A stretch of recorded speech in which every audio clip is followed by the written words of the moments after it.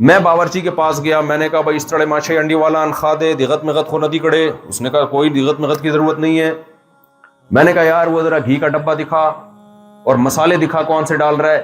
اس نے کہا مسالے وسالے تو ہم ڈالتے ہی نہیں ہیں, صرف تھوڑا سا نمک اور کالی مرچ بس, اور کوئی مسالہ نہیں. ٹیسٹ کہاں سے آ رہا ہے؟ انہوں نے کہا اسی کا ٹیسٹ ہے, بس یہی مسالہ ہے. میں نے کہا بھائی گھی کا ڈبہ دکھا. اس نے کہا گھی کا ڈبہ کہاں سے آ گیا, گھی بھی میں تھوڑی پکاتے ہیں ہم, کوئی کوکنگ آئل نہیں ہے. میں نے کہا پھر یہ کیسے؟ انہوں نے کہا بھائی دمبا ہے تو اس میں چربی ہوتی ہے نا, وہی چربی میں پکتا ہے. اچھا ہم چربی یوں بھی اٹھا کے بھی کھایا کرتے تھے, اتنی مزے کی لگتی تھی. اس وقت تو مجھے تھوڑا صحت کے بارے میں زیادہ نالج تھی نہیں. بعد میں جب میں نے غور کیا, اچھا پیٹ بھی خراب نہیں ہو رہا, صحت بھی اچھی ہو رہی ہے, ہضم بھی ہو رہا ہے. ورنہ ڈاکٹر تو کہتے ہیں چربی کے قریب مت جانا, کولیسٹرول پیدا ہوگا اور یہ ہو جائے گا اور وہ ہو جائے گا. میں نے کہا ڈاکٹروں کی ایسی کی بولو تیسی. میں نے گھر میں تجربہ کیا, جب میں چربی میں کھانا پکا کے کھا رہا ہوں, جسم کو لگ بھی رہا ہے, صحت بھی اچھی بن رہی ہے. اور جب کوکنگ آئل جو چربی سے مہنگا اور بڑی بڑی کمپنیوں کے لیبل لگے ہوئے ہیں اس میں پکا کے کھاؤ تو وہی پیٹ کا بیڑا غرق ہو رہا ہے جو 2 مہینے پہلے تھا. اور جب مسالے ڈالو, دیکھو یہاں مسالے میں اور ادھر کے مسالوں میں فرق ہے. یہاں مسالے میں چیز پکی ہوئی پیٹ نہیں خراب کرتی. پاکستان میں کتنی اچھی کمپنی کا مسالہ ڈالو, جس کا پیٹ حساس ہے, گلا حساس ہے, فوراً پتہ چل جائے گا گڑبڑ ہے. تو کچھ عجیب عجیب چیزیں مسالوں میں ڈل رہی ہیں. میں آپ کو بتا دوں ساری زندگی ڈاکٹر و حکیموں سے بچے رہو گے. پاکستان میں مجھے یہاں کا زیادہ معلومات نہیں ہے, لیکن حقیقت ہے یہاں بھی پیکنگ کی چیزیں چھوڑ دو, بس جو اللہ نے پروڈکٹ ہمارے لیے پیدا کی ہے نا, اس سے بہتر کوئی چیز. اگر ڈاکٹر 100 دفعہ الٹا لٹک کے بیت اللہ کی چھت پہ کھڑا ہو کر کہے نا کہ ڈبے کا دودھ پیو, مت پیو ڈبے کا دودھ, 100 دفعہ اس کے فضائل بیان کرے. آپ بھینس کا دودھ پیو جو گوالا نکالتا ہے, چاہے وہ ساری دنیا کے سارے سائنسدان بولیں کہ اس میں جراثیم ہے. ابے جراثیم کی ایسی کی تیسی, پی لیں تو جراثیم یار, وہ نیچرل ہے. نہیں آئی میرا خیال ہے بات سمجھ میں؟ چھوڑ دو ان فضول باتوں کو. تحقیقات ہیں ڈاکٹروں کی, خود اپنی صحت ہوتے دیکھو ڈاکٹروں کی. 65-70 سال کے بعد تو مجھے کوئی نظر, ہم نے تو اپنے نانا دادی نانی سارے 90-95 ان کو تو ڈبے کا پتہ ہی نہیں تھا, وہ تو یہ دودھ پیتے تھے گوالے کا جراثیم والا. اتنا جراثیم کو ہوا بنانے کی ضرورت نہیں ہے. ہاں اس گوالے کے دودھ میں دودھ ہو, گوالے کے اپنی پروڈکٹ شامل, بعض دفعہ اس میں بھینس کا دودھ کم ہوتا ہے, گوالے کا اپنا دودھ اس میں زیادہ ہوتا ہے. پاؤڈر ملایا ہوا ہے, کوئی کیمیکل, یا جو ٹیکے لگا کے بھینسوں سے دودھ نکال رہے ہیں, یہ نیچرل نہیں ہے. کیونکہ گائے دودھ دیتی ہے اللہ کی مرضی سے. اب جو دودھ دے رہی ہے وہ اللہ کی مرضی سے نہیں دے رہی, وہ گوالے کی مرضی سے دے رہی ہے. وہ ٹیکے لگا کے زبردستی اس سے دودھ کیا کر رہا ہے, کھینچ رہا ہے. تو ڈبے کے تو قریب بھی مت جاؤ, ہم بھگتے ہوئے ہیں بہت, علاج کرا کے تھک گیا تھا. اب میرے اس بیان جب جاتا ہے لوگ کہتے ہیں آپ کا تجربہ آپ پہ اوپر ہے, ساری دنیا کے تھوڑی. بھائی اور بھی لوگوں پہ ہم نے دیکھا ہے. تو جو اللہ کی تخلیق ہے نا, اللہ کی بنائی ہوئی چیزیں. میں ایک اور چھوٹا سا واقعہ اس بات کو مکمل کرنے کے لیے بتاتا ہوں. ہمارے ایک ریلیٹیو تھے, میرا ایک سسرال جو ہے نا, ان کے جاننے والے بہت بیچارے مسکین غریب لوگ.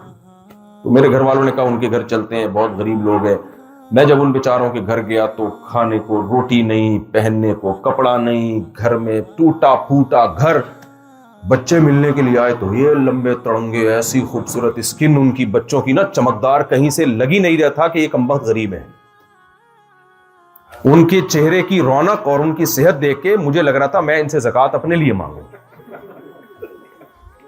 کہ یار آپ کو تو کچھ اضافی کھانے کو کیا کہ بھائی, موٹا فقیر اور دبلا حکیم, اس پہ کبھی اعتماد کرنا چاہیے.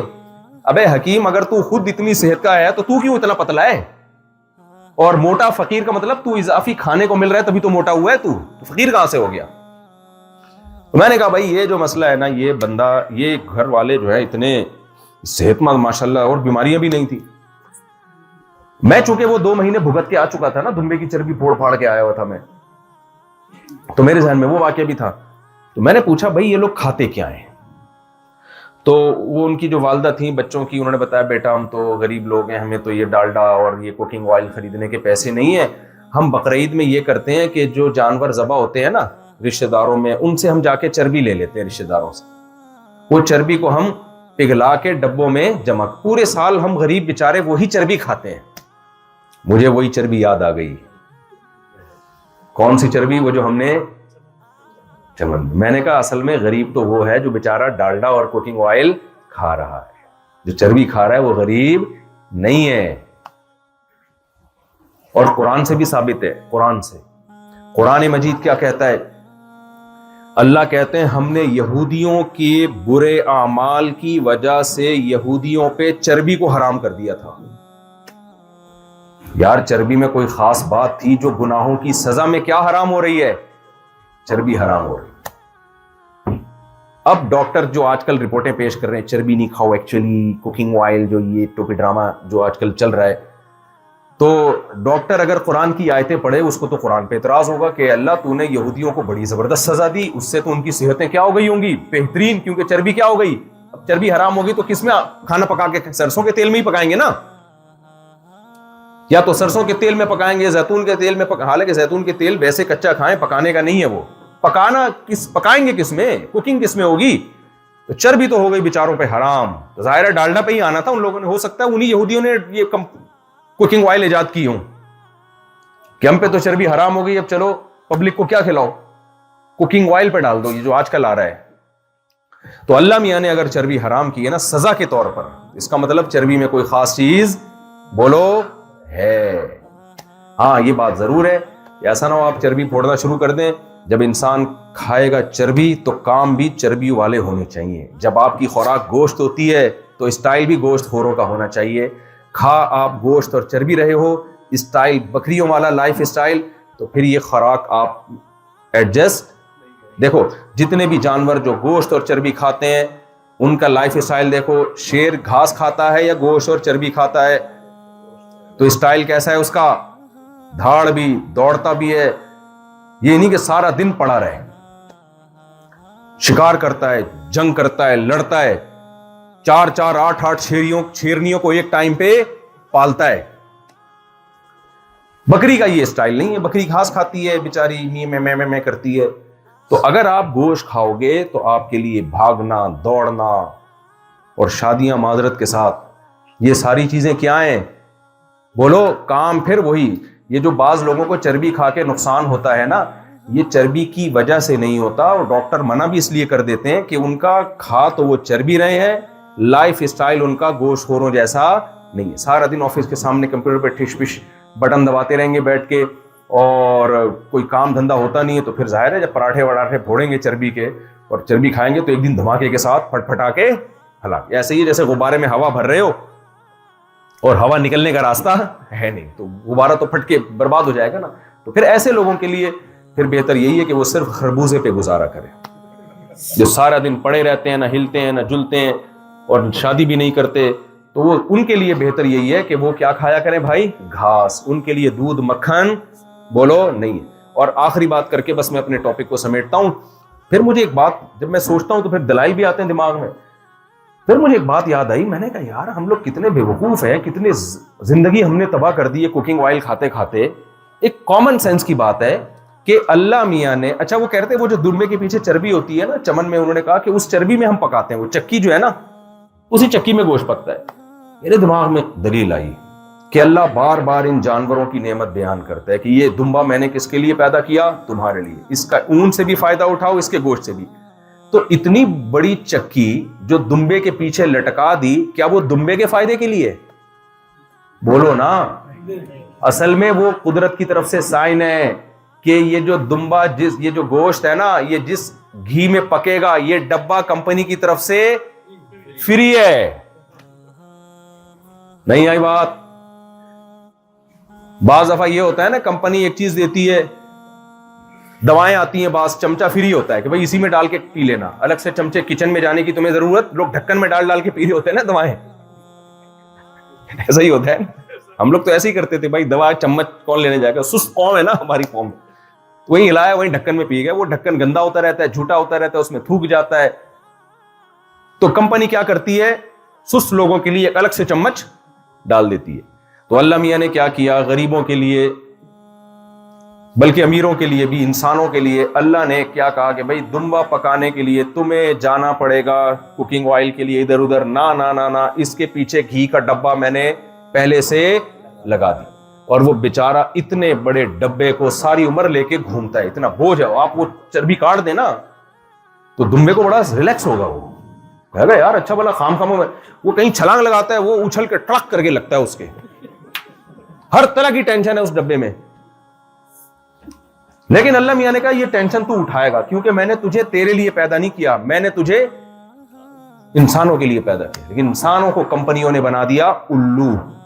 کمپنی نے بولا نا نا نا, ایکچولی یہ جراثیم ہوتے ہیں, ایکچولی کولیسٹرول اور ایکچولی ٹوپیڈراما, یہ جو تیزاب سے دھلا وہ آئل ہے نا جو چمک رہا ہے, حالانکہ وہ چمک اس لیے رہا ہے پتہ نہیں کون کون سے کیمیکل ڈال کے اس کو دھویا انہوں نے. یہ ہے اصل آپ کی صحت کے لیے. اور اس میں ایڈورٹائزمنٹ میں اچھلتے کودتے بچے بھی دکھا رہے ہیں کہ بچے نے وہ کوکنگ آئل کا پکا ہوا کھانا کھایا اور ایسے بھاگ رہا ہے, دوڑ رہا ہے, اور میاں بیوی مسکرا کے ایک دوسرے کو لک میں کھلا رہے ہیں یہ آئل کھاؤ گے تو آپ میں محبت پیدا ہو جائے گی. اس سے محبت پیدا نہیں ہوگی. یہ بھائی ایڈورٹائزمنٹ کی دنیا ہے. یہ آئل کھا کے آپ کا دماغ خراب ہوگا, آپ کی صحت خراب ہوگی. اس سے بچے اچھلیں گے کودیں گے نہیں, روئیں گے چلائیں گے, ٹینشن دیں گے. وہ میاں بیوی بھی لڑیں گے. جب صحت اچھی نہیں ہوتی تو لڑائی ہوتی ہے, پھڈا ہوتا ہے بھائی. خوش صحت مند آدمی ہوتا ہے, بیمار آدمی تھوڑی خوش ہوتا ہے.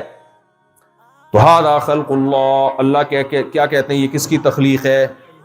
ایک کام کرو آپ لوگ, یہاں تو چکی والا دمبا ملتا ہے, میں آپ کو بہترین طریقہ بتاتا ہوں. دیکھو چکی والا دمبا لو, سوراب گوٹ کراچی اسٹیشن سے یا کہیں سے بھی لے لو. اس میں ایک کام کرو, کیونکہ اب بیان جب جاتا ہے نا تو پھر لوگ اپنے طور پہ تجربے شروع کر دیتے ہیں. اس دمبے کی چربی کو نا ٹکڑے ٹکڑے کر کے کاٹ کے شاپر میں فریز کر دو. جب گوشت پکانا ہوا 1 یا 2 ٹکڑے چربی کے حسب ذائقہ اس میں کوکنگ آئل کی جگہ ڈال دیا. وہ ہضم بھی ہوگا, صحت بھی اچھی ہوگی. لیکن ظاہر ہے تھوڑا چلت پھرت بھی ہونی چاہیے.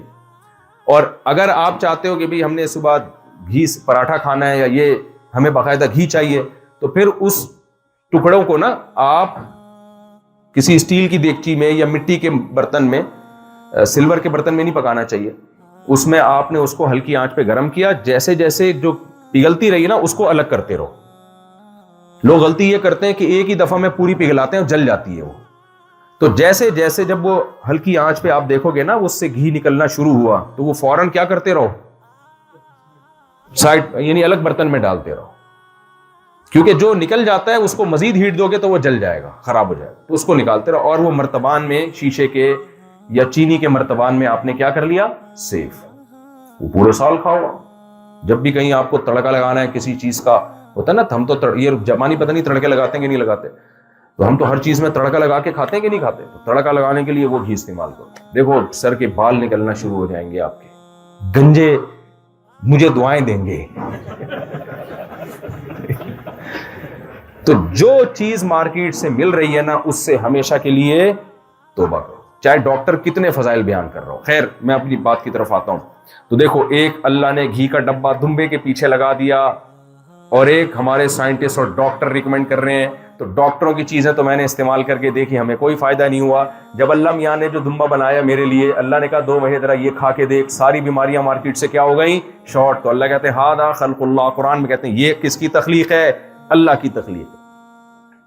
فارونی ماذا خلق الذین من دونی, لاؤ میرے علاوہ جس نے جو پیدا کیا ذرا وہ بھی تو لے کر آؤ نا.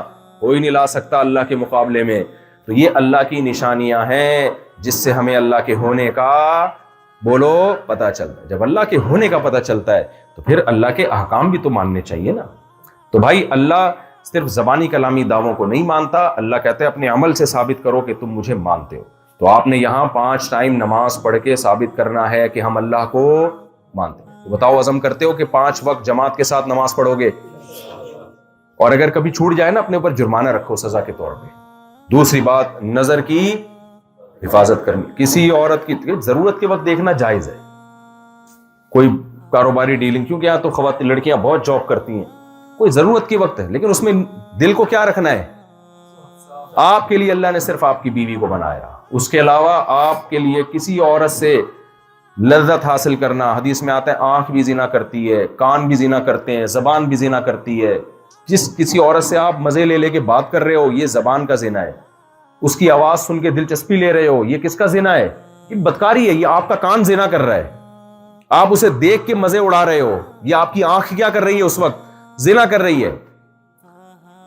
تو ہر طرح کے زنا سے اپنے آپ کو بولو بچانا ہے. اللہ نے اس کا متبادل نکاح دیا ہے بھائی، بیوی بناؤ، عزت کے ساتھ گھر لے کر آؤ اس کو. اور میں تو بار بار بولتا ہوں، ایک نہیں، اللہ نے کتنی اجازت دے دی، 4 کی، لیکن حقوق بھی ہوں، عدل بھی ہو، برابری ضروری ہے ان کے درمیان. تو زنا سے بچنا ہے، سود سے بچنا ہے، اور بدنظری سے بچنا ہے. رمضان کا روزہ چھوڑنے کا مسلمان تصور نہیں کر سکتا بھائی، اسلام کا رکن ہے، اس کے بغیر اسلام ہے نہیں. زندگی میں ایک دفعہ حج کو رکھتے ہیں بڑھاپے کے لیے، سارے کاموں سے فارغ ہو جائیں گے، اب پیسہ کرنے دھرنے کا کچھ نہیں ہے، چلو اب کہاں چلتے ہیں، چلو جی حج کرتے ہیں. نا بھائی، جیسے ہی پیسہ آ گیا، جب حج کی درخواستیں جا رہی ہوں اور آپ کے پاس اتنا پیسہ ہو کہ آپ فیس جمع کرا سکتے ہو، حج کے خرچے اٹھا سکتے ہو، تو علماء کیا کہتے ہیں، بھائی حج آپ پہ فرض ہو. ہاں، اس دوران پیسے نہیں ہے، اس سے آگے پیچھے آئے تو پھر فرض نہیں ہے.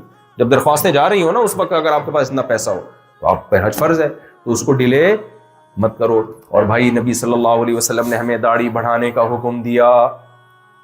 گوروں کا کلچر ہے داڑھی کٹانا، تو ہمت کر کے داڑھی کو اللہ کا حکم سمجھ کے بڑھا لو.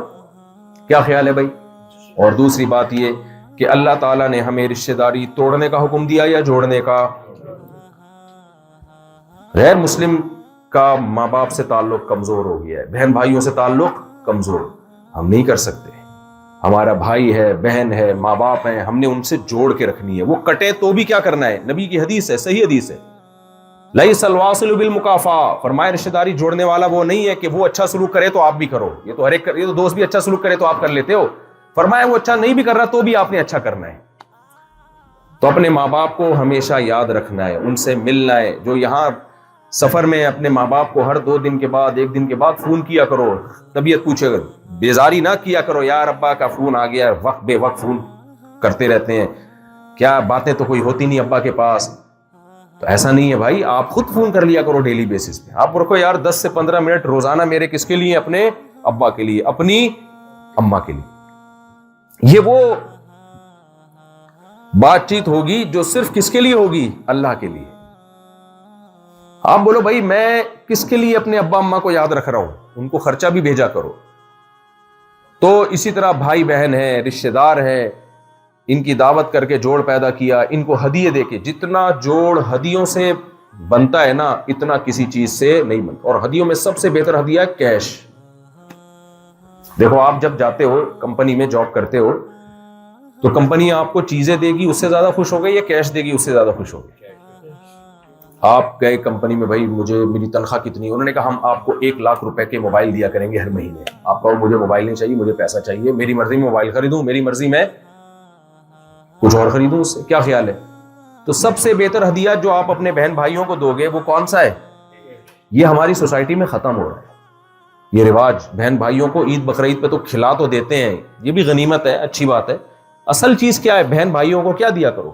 ایک آدمی نے کہا میرے بڑے بھائی سے بڑے تعلقات خراب ہیں، وہ ہر وقت ڈانٹ ڈپٹ کرتا ہے اور رشتہ دار میں مجھے ہر وقت ذلیل کرتا رہتا ہے، تو میں جو ہے نا بڑا یہ، میں نے کہا بھائی تو ایسا کر، تو مالدار ہے، وہ بڑا بھائی تیرا غریب ہے، تو ایسا کر کے اس کو نا لفافے میں پیسے ڈال کے کیش اماؤنٹ ہدیے کے طور پہ دے دیا کر. تو اس نے دیے تو کہہ رہا ہے وہ بڑا غصہ کر رہا ہے، اپنی غیرت کے خلاف سمجھ رہا ہے. میں نے کہا دیکھو پیسہ آتا ہوا کسی کو برا نہیں لگتا، یہ ذہن میں رکھنا، کسی کو برا نہیں. میں نے کہا آپ کا چھوٹا اگر آپ کو دے پیسے، آپ کو اوپر سے آپ بناوٹی وہ کرو گے، تیری دل چاہ رہا کہ 6 لفافے اور لے آ تو کسی طریقے سے. جیسے جج صاحب جو تھے نا کورٹ میں فیصلہ سنانے لگے تو وکیل نے کہا 1 منٹ جج صاحب، میرا جو موکل ہے نا اس کی دلیل یہ کتاب قانون کی، اس کے صفحہ نمبر 325 پر لکھی ہوئی ہے دلیل. جب جج نے وہ کتاب کھول کے دیکھی تو 5000 کا نوٹ تھا اس میں. جج نے کہا ایسی 2 دلیلیں اور چاہیے مجھے. تو پیسے سے اچھے لوگ کیا ہوتے ہیں؟ بگڑ جاتے ہیں، تو سدھر بھی جاتے ہیں. یہی پیسہ غلط استعمال ہو تو رشوت ہے، حرام خوری کا ذریعہ ہے. یہی پیسہ اللہ کی رضا کے لیے ہو تو ٹوٹے ہوئے دلوں کو کیا کر دیتا ہے؟ جوڑ دیتا ہے. تو پیسہ کم درجے کی نعمت نہیں ہے، بڑی نعمت ہے اگر حلال ہو اور صحیح جگہ استعمال ہو. تو آپ رشتہ داری جوڑو کس کے ذریعے؟ پیسے کے ذریعے. پیسہ خرچ نہیں کرتے، خرچ وہیں کریں گے جہاں اپنا مفاد ہوگا. میں ملک کا نام نہیں لینا چاہیے، کسی دوسرے ملک میں تھا تو مجھے کسی نے بتایا کہ ایک گورے کا فون آیا اپنے ابا کے پاس نا، اور کہا کہ میں آپ کو کافی پلانا چاہتا ہوں. تو اس کے ابا نے کہا آج میرا بیٹا مجھ سے کچھ چاہتا ہے پیسے ویسے مانگنا, ورنہ یہ اتنا نیک نہیں ہے کہ مجھے بلا وجہ کافی پلائے. تو آپ چاہتے ہو کہ یہ کلچر ہماری سوسائٹی میں آئے؟ اور ہے, ہمارے ہاں بھی ایسا ہی ہے. جب ابا سے کچھ مطلب ہوتا ہے, بیگم جب زیادہ اچھا سلوک کر رہی ہے اس کا مطلب اس کو کیا چاہیے؟ ان بیگموں کی بات کر رہا ہوں جو بیان نہیں سنیں گی میرا. شوہر کبھی اپنا مفاد ہوتا ہے جب بیوی سے اچھا سلوک کر رہا ہوتا ہے, ماں باپ سے, بھائی مفاد سے ہٹ کے کس کے لیے؟ اللہ کے لیے بھی تو کچھ کرو یار. ہمیں کچھ نہیں چاہیے, شکریہ تک نہیں چاہیے, یہ لو پیسے, بتاؤ بھی نہیں کسی کو میں نے بھائی کے ساتھ بہن کے ساتھ تعاون کیا, اللہ اس کا اجر دے گا قیامت کے دن. تو یہ چیزیں ہماری سوسائٹی سے ختم ہو رہی ہے, ان کو ہم نے پاکستان میں بھی زندہ کرنا ہے, اور انڈیا بنگلہ دیش کے لوگ بھی ہوں گے یہاں پہ, انڈیا بنگلہ دیش میں بھی اور جاپان میں بھی جہاں آپ اس وقت رہ رہے ہیں, اور پوری دنیا میں ہم نے ان چیزوں کو, بولو اللہ اس کے حکم کو ہم نے زندہ کرنا ہے. اللہ تعالی ہم سب کو سمجھنے کی, عمل کی توفیق عطا فرمائے.